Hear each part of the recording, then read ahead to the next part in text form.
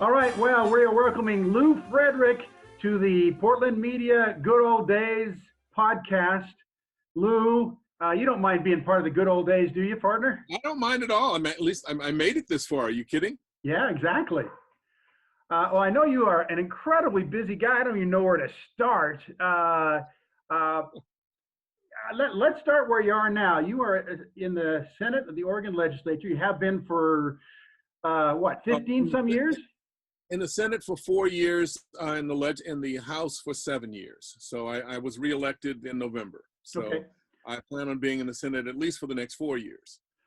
So, I mean, obviously that has a whole different uh, perspective with what we've been going through this last year on several fronts. Uh, let's talk pandemic. Are you guys going to be able to have a session starting in January virtually? Well, we're going to have some kind of a session. There'll be a obviously a strong virtual aspect to it. But our laws, our Constitution requires that we vote in person on the floor of the Senate for bills, that we approve bills on the floor of the Senate. We have to be in person for that. Now, we can adjust that, and we did that yesterday by having the ability to vote from within the Senate chambers rather than just on the floor itself. So we voted to allow that to happen yesterday. So you could be in your office, mask on, in a safe place, voting virtually or whatever, but you're there at the Capitol. No. That's a different thing. Okay. So when we vote on a bill, we have to be in the Senate chambers, but we don't have to stay in the Senate chambers all the time. We can go back to the office or do something like that and come in when we hear that there's a vote going on. Okay. And then the committee meetings, we can vote in the committee meetings from like this. I mean, virtually. We use virtual. We use Teams, the software called Teams to do that often. So we will vote that way in committee meetings and consider bills and get public testimony and other things in committee meetings. So but the only time we'll have to be there is when we vote for a bill to leave the Senate and go to the House, or leave the Senate and go to the governor's office. So other than the normal cautions and procedures you're going through, Kate Brown, our governor, has been out in front of this pandemic. A lot of things are being done by executive order. How has that affected you as a legislator? What are you? Can you be involved in that? Are you just advising? And I guess how are we doing?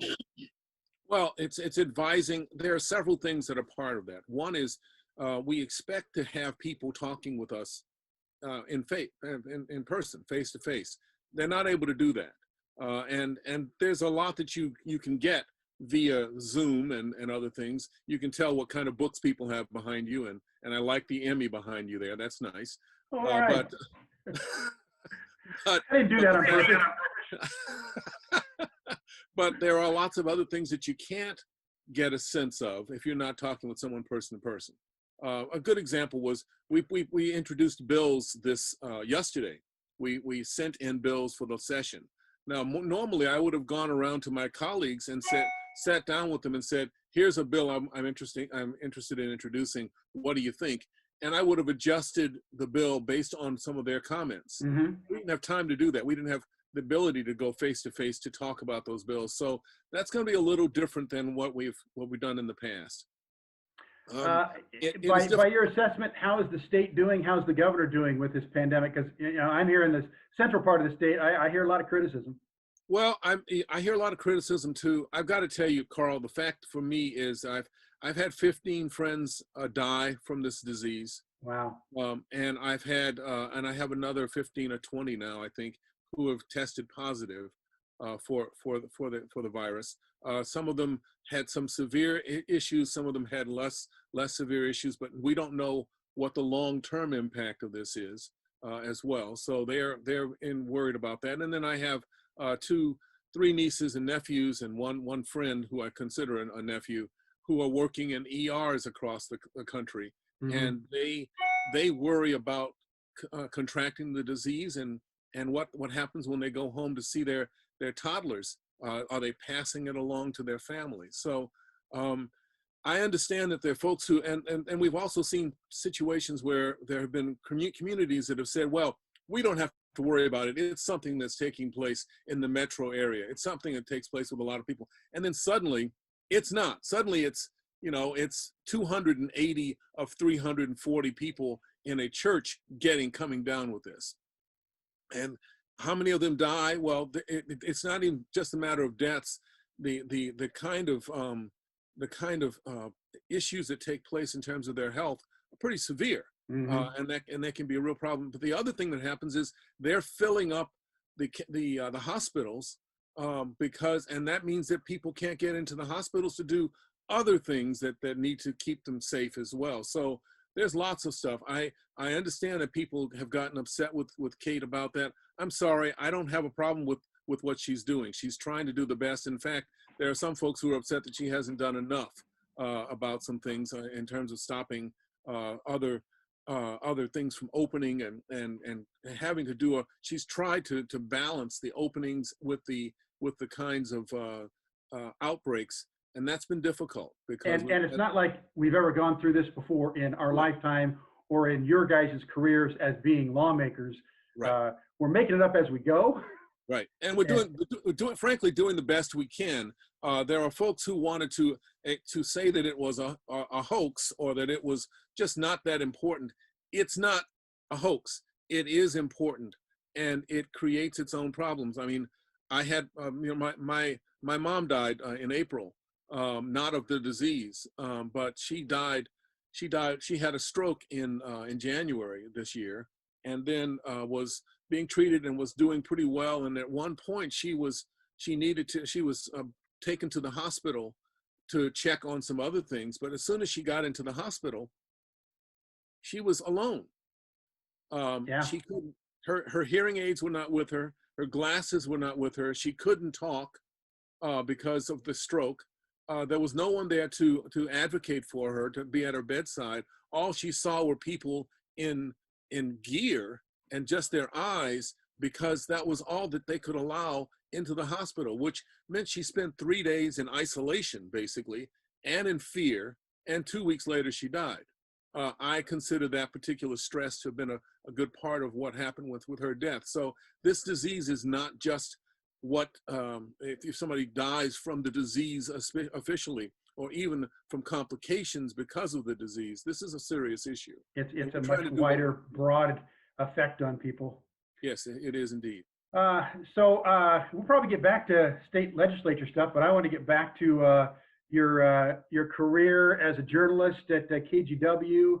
You know, I remember when one of the first conversations I had with you as I started there as an intern and then a reporter. Here's this reporter guy I'm working with that I respect a lot, and we're sitting down, and you start talking about growing up with Dr. King's family in Atlanta, and I'm going, really? I mean, what an intriguing way to kind of develop your perspective on life, to be there at the heart of the civil rights movement, and to have that to base your growth on as a person. Well, you know, it's something that it's interesting, Carl, that you said that, because I didn't talk that much about that when I was at KGW, and then suddenly when folks found out about it later on, they went, "Why didn't you tell us about this?" Well, because the stories that I wanted to tell were stories about what was going on, not me, and so that was how I dealt with it. But yeah, it was you know, I grew up in the civil rights movement. I grew up. My first tear gas was when I was 8 years old. Wow. I grew up with people telling me that I couldn't drink out of a water fountain in Baton Rouge, Louisiana. I grew up with folks making it very clear that they were throwing things at me, that they wanted to harm me as much as possible. When I desegregated my high school, I had people yelling at me as I walked into the front door of the high school with a group of other folks, but I was one of the main people in terms of the final part of the court case. I grew up with my classmates showing me their junior Ku Klux Klan cards in an attempt to try to intimidate me. So I had all these different things taking place when I was, and then of course, when I went into high school, 8th grade, high school in Atlanta was 8th through 12th grade at the time. when I went into high school at 8th grade, I was 4'10". So I was this little bitty person as far as the rest of the folks were concerned. And that was, you know, I was the target of gangs, the target of fights as much as possible. Well, So I had to I mean, deal with it's a lot of it. almost naive or an understatement to say that shapes the rest of your life, doesn't it? And your perspective on your career as a journalist and your career as a member of our government. Well, it shapes my life as an adult. I mean, I just never mind the career. It's how you begin to respond to people and acknowledge both their strengths and their faults. You know, some of my classmates I'm still in touch with. Mhm. Some of them I hear about via, but the whole Facebook situation. I get notes that they're responding to different things, and I realize, well, some of them haven't changed since since the early 60s and mid 60s. Some of them have, and that's been good to see. But it is something that shapes how I view pretty much the world. And you know, KGW, when I worked there, one of the things that was really important was that we didn't stay in the metro area. We went out. I always talk about the fact that I went to all 36 counties in the state of Oregon at one time when I was a reporter there. Not because there was a disaster or a forest fire or something else going on, but because we wanted to tell the stories of the people who were out there. And that has helped me a great deal in just understanding what's going on in Oregon. I was just before this, I was talking with a fellow who's from North Powder. And he said, you know, do you know where that is? And I said, well, I did about 6 stories in North Powder when I was a reporter. And he just looked at me and went, what? Why would you do stories in North Powder? Well, there are only 2 stories in North Power. How did you get 6? Well, most of the homes in North Powder are just single stories, so that's another story altogether. But they no, there were lots of great stories. I did an archaeological dig in North Powder. I did a student who was a math genius who needed help there. I did stories on the elk feeding and the elk ranch and things, all those things in and around North Powder and some of the farms that were there, because we wanted to find out. We did stories on things that were not officially controversial, but were in fact interesting stories to tell about the people around us. And that's what I saw journalism as. That's what I saw us doing. It became a different situation when we started to basically have to require that it be a conflict of some form. It's changed so much, and you know, who are we to judge good or bad? We just were there in a time when telling stories like you and I were able to tell, and all our colleagues, was part of the way to let people know what our community was like and what it needed. And you're right, we did that for the whole state then. Yeah, yeah. You know, I spent a lot of time. Terry Renneria, there's a name for you. Good Terry photographer, Renneria, right? and I spent I think 7 days in Burns. We were there for 4 days and then for 3 days. Just the two of us doing stories in Burns. Came back with a 5-part series that we sold to NBC Mm-hmm. for their nightly show, but we also showed it in Portland first of all.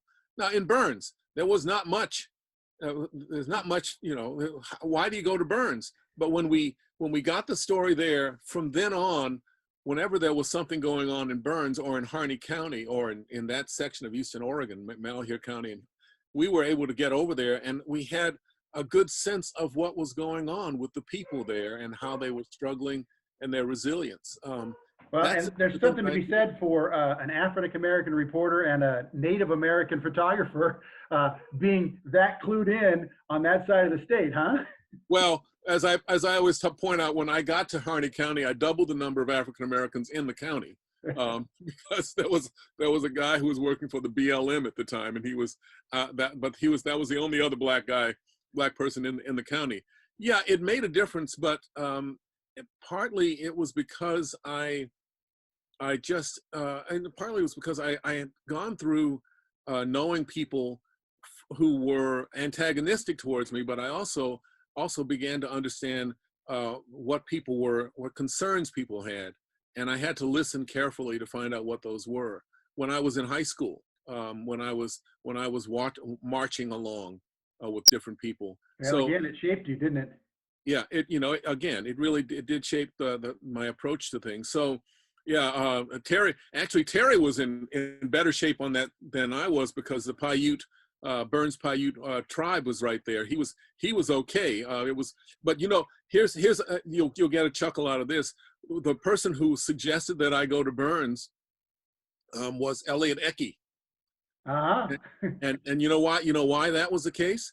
That's where he's from, wasn't it? That's where he grew up, exactly. And so his parents adopted me when I got over there. They decided that they said, well, we're adopting you. And we had both Terry and I. So we had a grand time with Elliot's parents and a number of other folks who we got a chance to know. In fact, I actually was talking with somebody from Burns about 2 weeks ago, because it was a week ago, because we were talking with folks about the sage grouse, which is a very strange little bird over there that is potentially endangered. And so but they've come up with the ideas, and they've worked together in Burns and in Eastern Oregon to really do something about the sage grouse. But the folks in Burns were the ones who helped put that together, and it was an urban, rural, an environmental cattlemen's federal, state agency. All these groups got together and said, we can solve this together, and they have managed to do it. Imagine that cooperation amongst all those groups, Lew. That's amazing.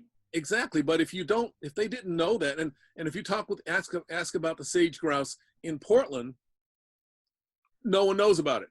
It's like the spotted owl 35 years later. Right. Well, but it has an impact on Oregon, Washington, Montana, Nevada, across Wyoming, across the West. This silly looking bird. I mean, this is one of the dumbest birds I've ever seen in my life.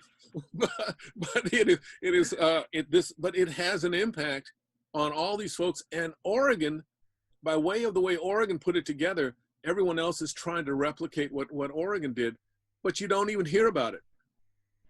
And that's the fault of the way that the direction that the media went with things. And it's mostly because of the way that everything was financed, because the financing of broadcast media has had an impact on how they cover things, on who they cover. Yeah, I'm with you there, because I have seen no tweets on my news feed about the sage grouse.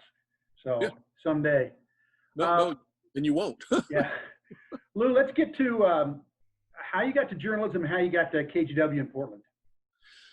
Journalism's a little difficult to really explain, except that in my house, when the newspaper came, the fight was over the front page and the editorial section, and then the sports section was put aside. My father was a big baseball fan.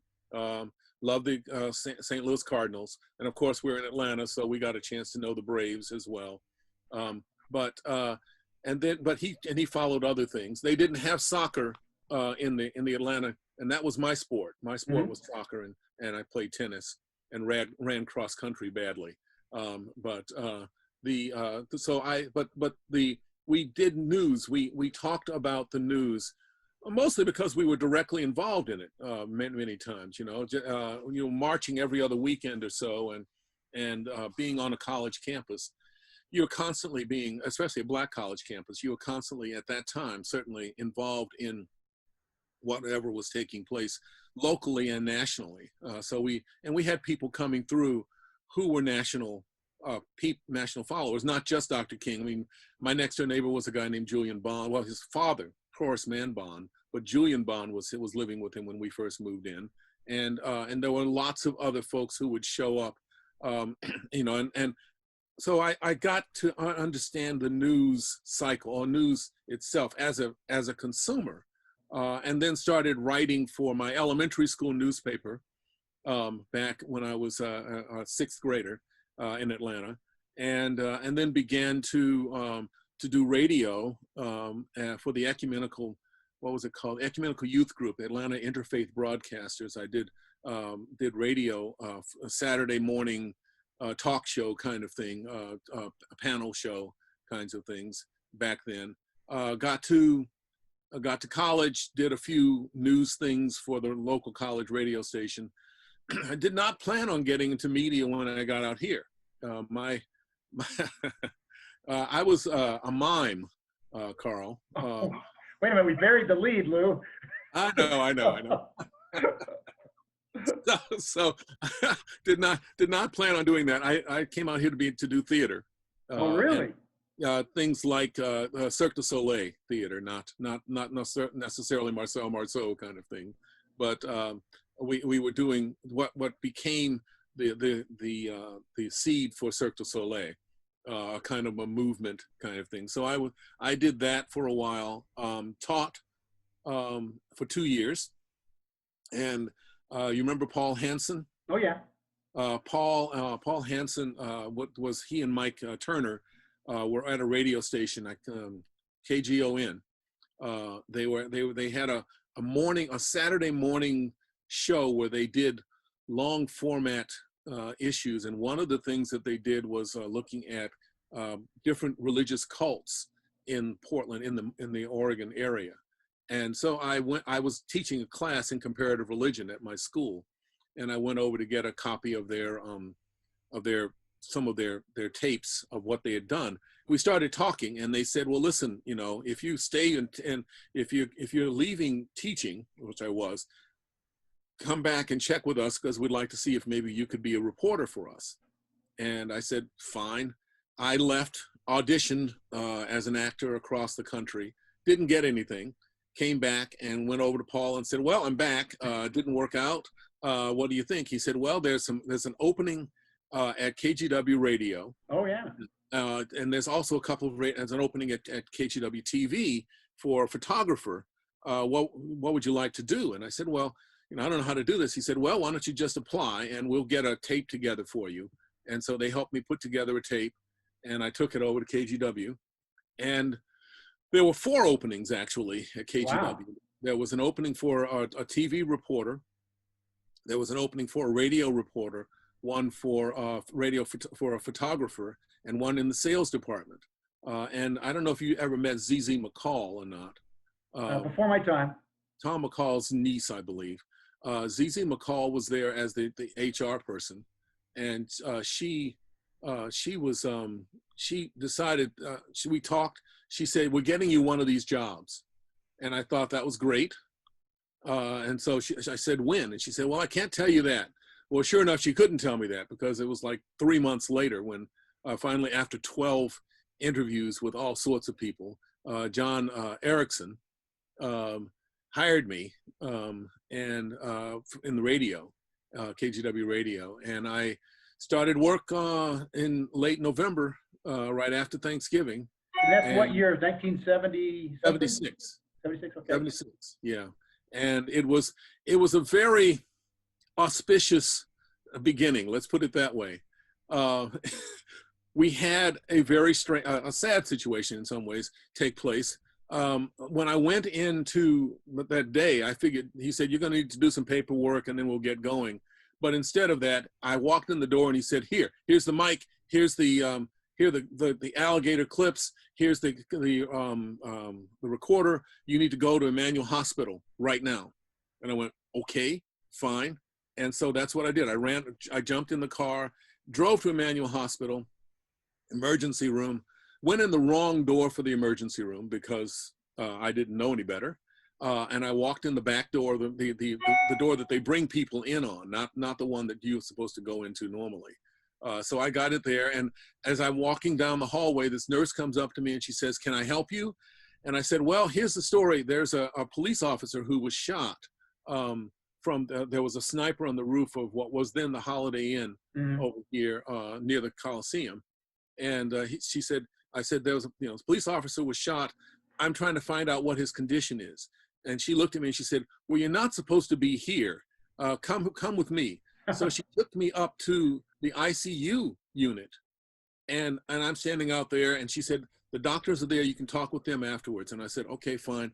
I'm standing there. The doctor looks out and sees me, and I'm looking at him working on this guy, and he comes out and he says, "Can I help you?" And I said, "Well, yeah, this is what I'm trying to do. I'm trying to find out." And I turned the mic on, and I had the mic clearly in my hand, and I said, "You know, this is what I'm trying to find out. Can you give me the condition of this officer?" And at that time, they apparently didn't have a problem with that, so he told me Pre-HIPAA days. pre-HIPAA days. So he gave me the information about the condition of the officer. He said, "But you're not supposed to be here, so why don't you come with me?" And he took me down to the lobby of the emergency room. Well, when I got to the lobby of the emergency room, all television cameras were there. At that time, we had like 15 radio stations that had news. Right. They were all there as well. So I went over to the phone that was sitting there, and I unhooked it and put my alligator clips on and and then started to write my story. I wrote my story, so I called John and I said, "Listen, this is a story I've got here on what's going on." And he said, "Well, okay, listen, I'm going to record it right now." And so I called, I talked with him, and I gave the story, and I said, and I'm talking about it, and I said, the Dr. So-and-so, who was treating him in the ICU told me this just a minute ago. The room went quiet. What? And I said, so this is what's going on, and this is Lew Frederick for KGW, 62 KGW News.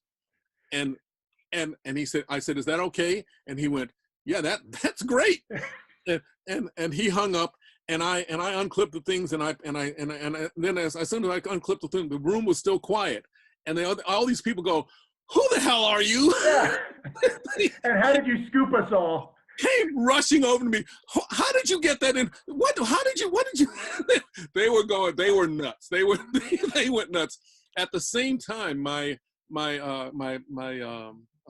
partner at KGW, another guy, his name was Mike White. I think it was Sade White, but he went by Mike White. Mike had managed just minutes before to get on the elevator at the Holiday Inn with 3 other guys, all of them, 2 of them in uniform. No, 1 of them in uniform, 2 of them, the other 2 who were clearly detectives, but with vests on. He got in the elevator with them, with his mic and with his recorder and with his radio. And the difference was that he had decided to not have a long radio antenna on his radio. He had a short antenna, which is what all the police had, was short antenna. So he got on the elevator talking on the radio, and they all thought he was a cop. And so he rode in the elevator up to the top of the thing and walked up the stairs, and the guy who was the uniform cop rushed out opened the door, rushed out and said, get down. And the guy was, get down on the ground. And Mike came out after the uniform cop, and then the 2 other guys came out after him. Came walking. Mike walked up to him and with the mic and said, and with his recorder, Mike and his radio, and he said, what do you want to shoot people for? And he put the mic down next to the guy, and the guy went, "Who are you?" And he said, "I'm Mike White from 62 KGW Radio." And the cops went, "What? Get him out of here." He had all of this live. So John Erickson had Mike White do his thing, and immediately after he did that, that's when he pushed the button for my story. So we had this incredible story. That's Pulitzer Prize winning journalism there on your day one, Lew. It was just amazing. So I had a great time did KGW Radio for 6 months, and Ken Watts, I believe his last name was Watts, was a reporter. He left to go to Chicago, New York, someplace larger market.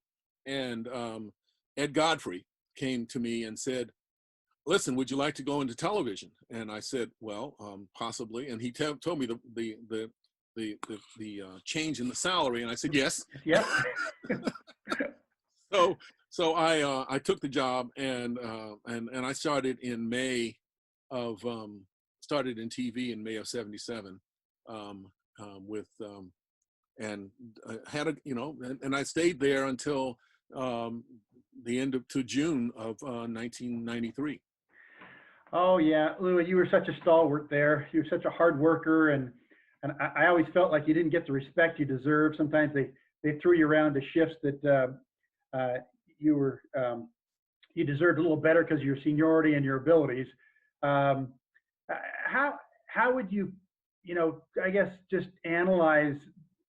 We talked about the storytelling that we did at KGW, but did management, did the ownership, did they handle news in Portland to the standard you thought we should? Well, back then everyone's going to complain. I mean, part of the being in a television newsroom is you complain about something. You mean you just have to. And then you go out and do stories about people complaining about stuff. Right, exactly. And so we had I went through. I'm trying to think. I just was trying to remember the number. I think I went through 8 news directors while I was there. I did 6. So yeah. And there were personality issues. There were issues in terms of the time of our country and how people were responding to things. I got support, and then I didn't get support. I got support. I got support, and then they were surprised by some things that I got a chance to do. I applied. Floyd McKay, you remember Floyd? Mm-hmm. Floyd McKay suggested that I apply for the Nieman Fellowship at Harvard, because he was a Nieman Fellow at Harvard, and so I said, okay, fine, and I went to the news director at the time, and I said, I'm applying for the Nieman. Is that okay? Because they had the news agency had to approve that you would be able to go away, and they would pay the difference between your salary and the stipend. Mm-hmm. That was the agreement. And the news director said, yeah, sure, go ahead. It was like, yeah, right, that's going to happen. And so I applied for it. And when I applied for it, they were another thing like the Nieman was being created at MIT in science. And so it was a fellowship there, but it was would be the second year for that particular program. So they had a close connection. The guy who was the director for the MIT program saw my application for the Nieman and asked if I would apply for what was called the Vannevar Bush Fellowship at the time. It's now the Knight Fellowship. And I said, sure, thinking, all right, see what happens. Well, the Bush people sent me back to DC. I did an interview there, came back, and a couple weeks later, they called me and said, we'd like to offer you this position at MIT for a year. And would you mind taking? I said, sure. And as soon as I said yes, I hung up the phone, and the ceiling above the newsroom there, there's a dent. because I jumped up and hit it. Whoa! And the whole newsroom went, what in the world's going on there? And I'm dancing around and I'm saying, I'm going to MIT, I'm going to MIT.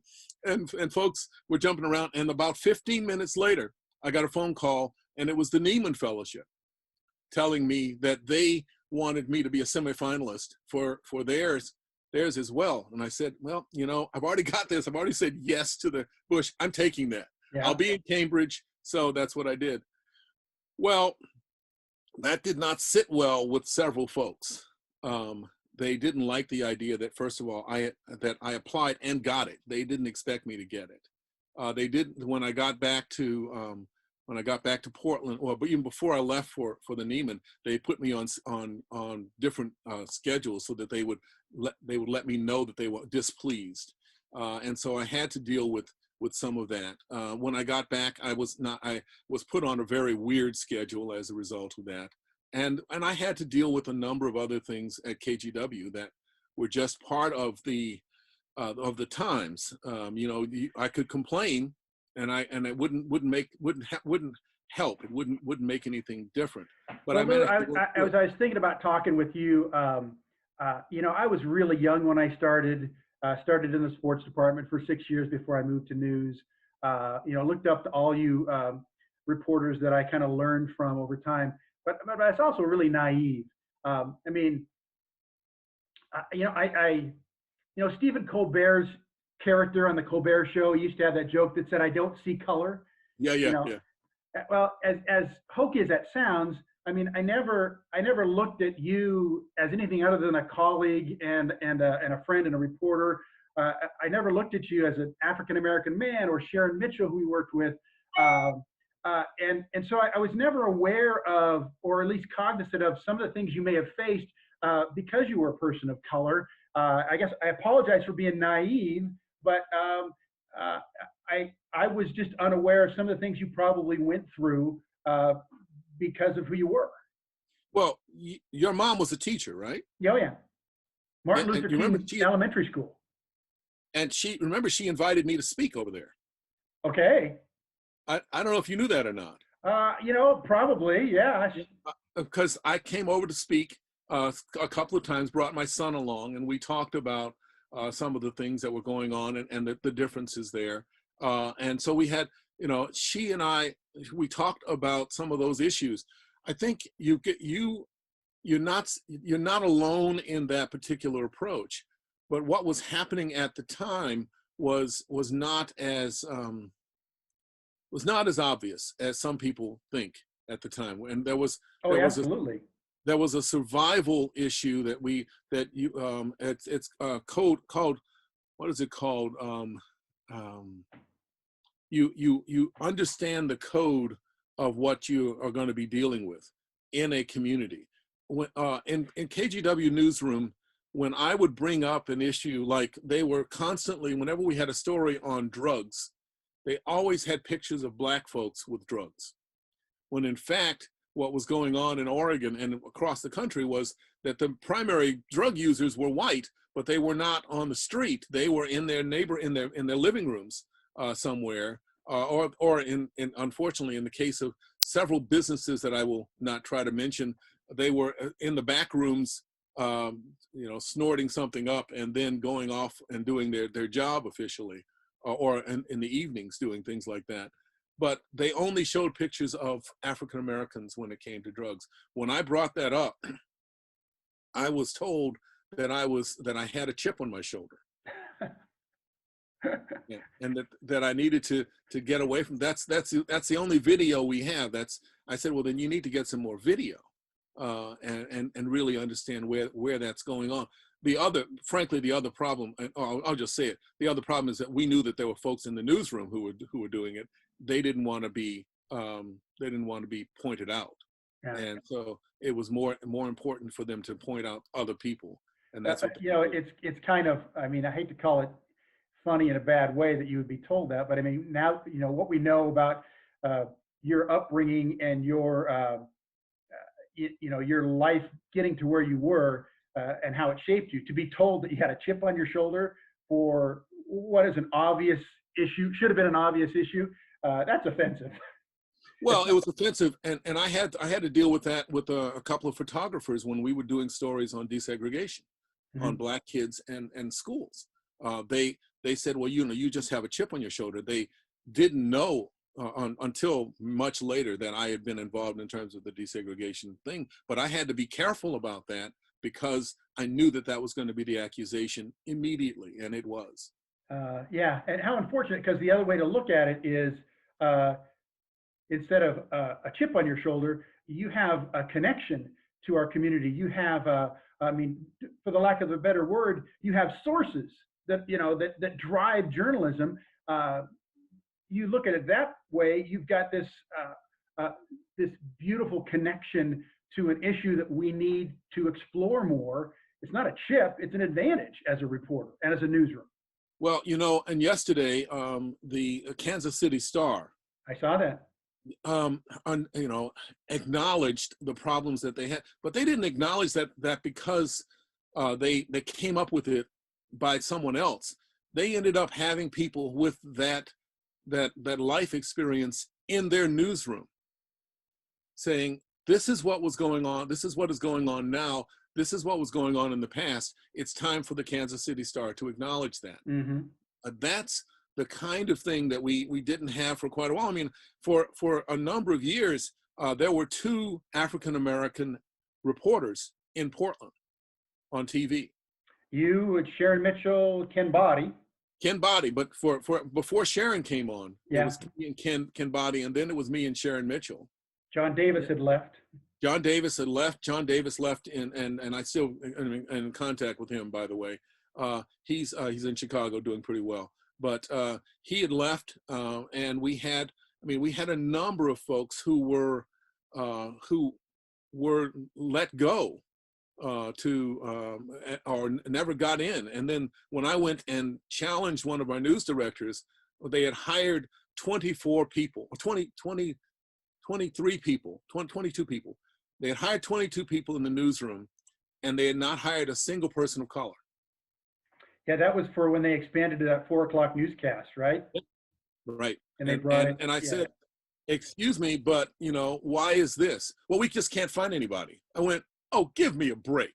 You can't find anybody. And he said, well, no, I just, just doesn't, no one seems to fit. No one seems to understand what we're doing here. I said, give me 5 minutes. I'll get 5 people for you right now. Wow. And he, as soon as I said that and made the challenge, but more than that, as soon as I said that, I also went back to my desk and I called the folks in Seattle and I said, this is the story that I'm being given. It's bullshit. You can't do that. And so they said, okay, well, and literally within about, I would guess, less than 24 hours, he suddenly had 3 people. Wow, amazing how that works. Yeah, the pressure was there. These are the kinds of things that you had to deal with, that I had to deal with. But I also have to say that, the fact that we actually went out and had a sense of the stories that we didn't have before. It was, just a second, I'm getting another phone call here. We were able to do things with the news that was important. And going back to what you started off with in terms of the state, one of the biggest problems I have is that we no longer have broadcast newsrooms in the basement. We no longer, the Capitol no longer has any sort of group there. They are all the commercial television stations in Portland no longer have bureaus in the basement. So you have things like what happened yesterday. They weren't going to pay any attention to what was going on in school in the Capitol until they saw something that was visual, not the issues of eviction, not the issues of what was going on with health in different areas. None of those issues were that important to send a crew down there to until they had something that was a conflict, a fight, or a vision. Protesters with guns. Protesters with guns, and only a small number of protesters as well. I mean, it was not, they had called for 1,000 folks to show up. I think the largest total was 150, and they were spread out all over the place, except for a small group that decided they were going to try to rush a door, and another couple of people who decided they were going to break windows.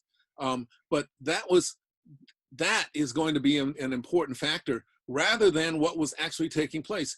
A year ago, we had the folks who were circling the Capitol with their trucks, honking the horns and whatever, and they had 3 or 4 crews outside showing that.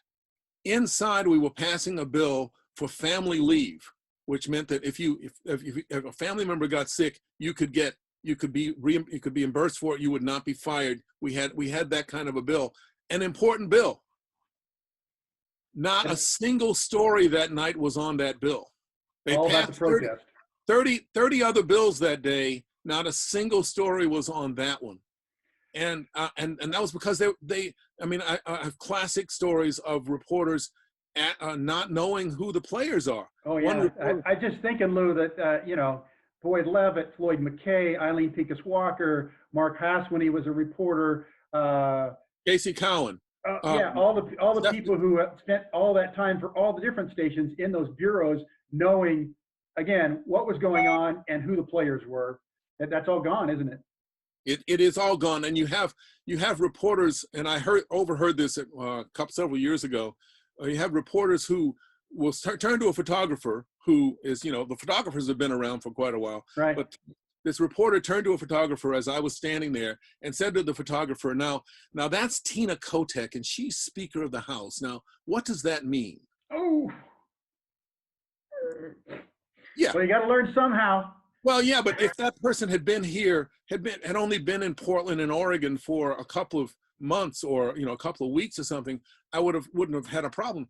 But she had been here for 2 years, and she was suddenly sent down to Salem to cover a story. And as it turns out, the story she covered, the way she showed the story was also so far off. It was amazing, but they really do not know. And this is the problem. We really do not have the kind of understanding of what's going on. We have almost a cartoon understanding of what's going on rather than a real approach to what's taking place politically in a number of other areas. I mean, in terms of education, in terms of healthcare, in terms of the environment issues. We end up with headlines rather than a real deep understanding of what's taking place. Don't get me started.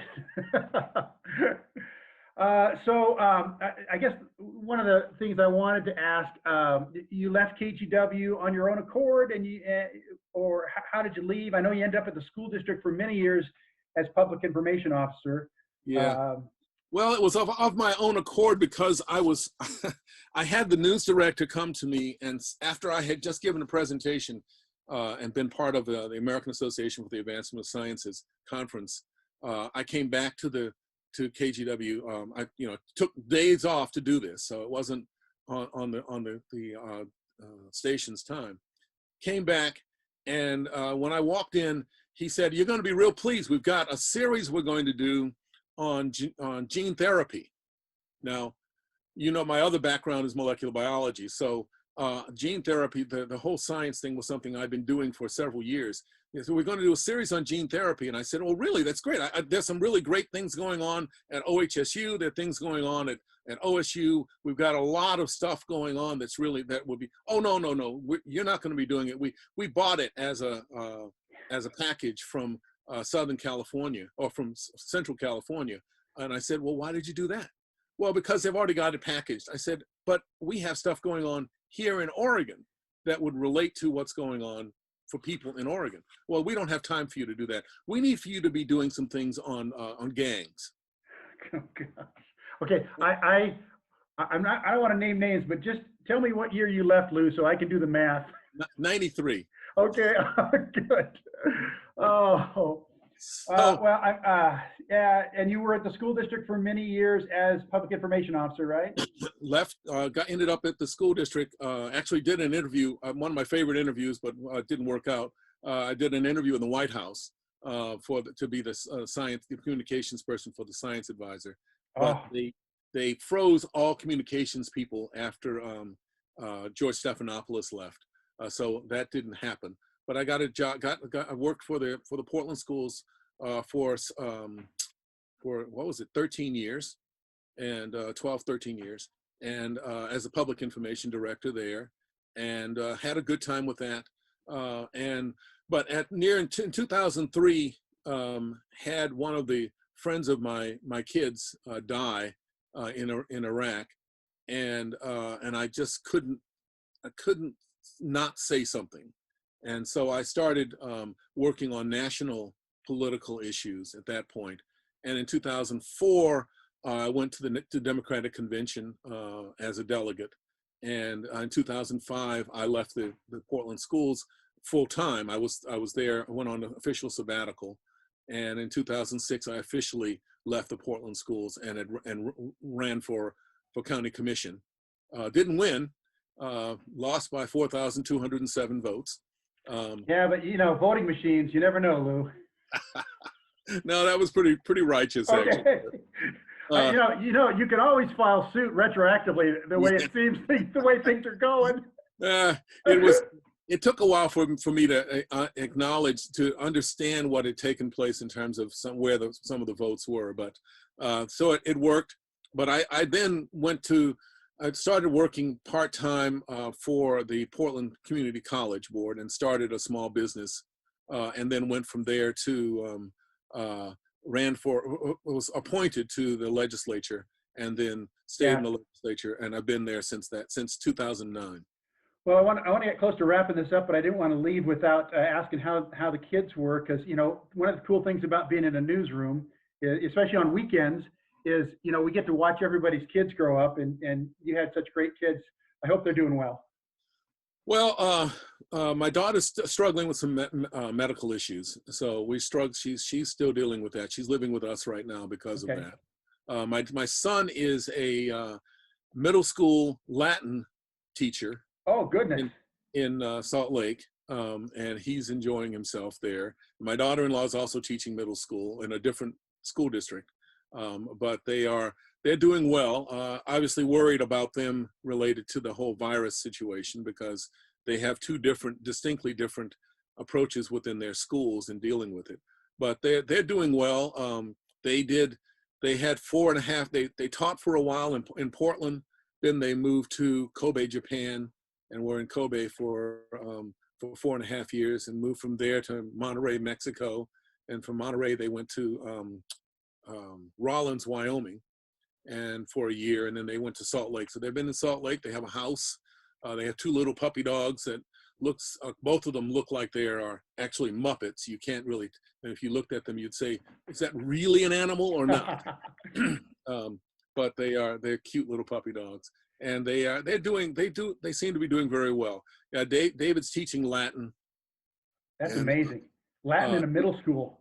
Yeah, and enjoying it, which is sort of fun for him. He's an U of O grad, so he's officially a Duck, but he spent 2 years at my alma mater, which was Earlham. So that was sort of fun, and came back and went to Eugene.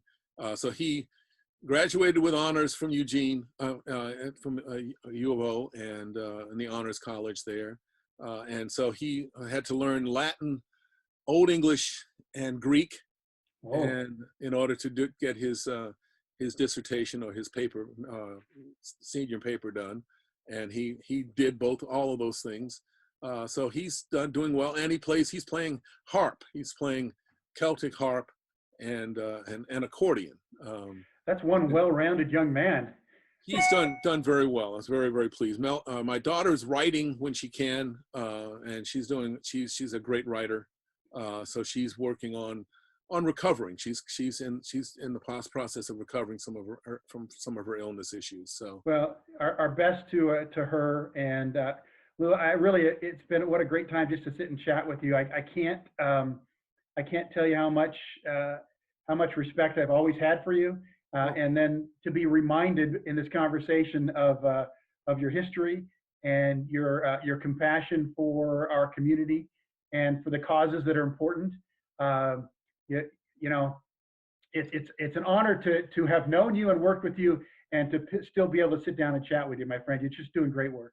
Well, I appreciate that. We were lucky. We had surrounding us people who were able to do that, who were concerned and were talented, incredible talented group of people in the newsroom. Just amazing. The photographers, the editors, the assignment editors, the news directors. I mean, even when we argued with them like crazy, they still were incredibly talented and really wanted to do the best they could for the community.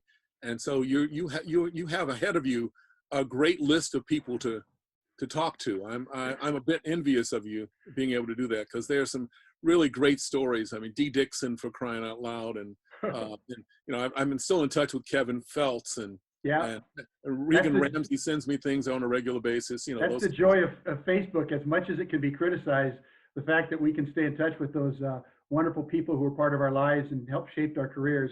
And again, that's why I'm calling you up to interview you for a few minutes here, so we can share all that with our friends and other folks, Lew. So thanks for the time, my friend, and Godspeed as you help us all work through this here in the state of Oregon. We'll try to do that. You take care of me.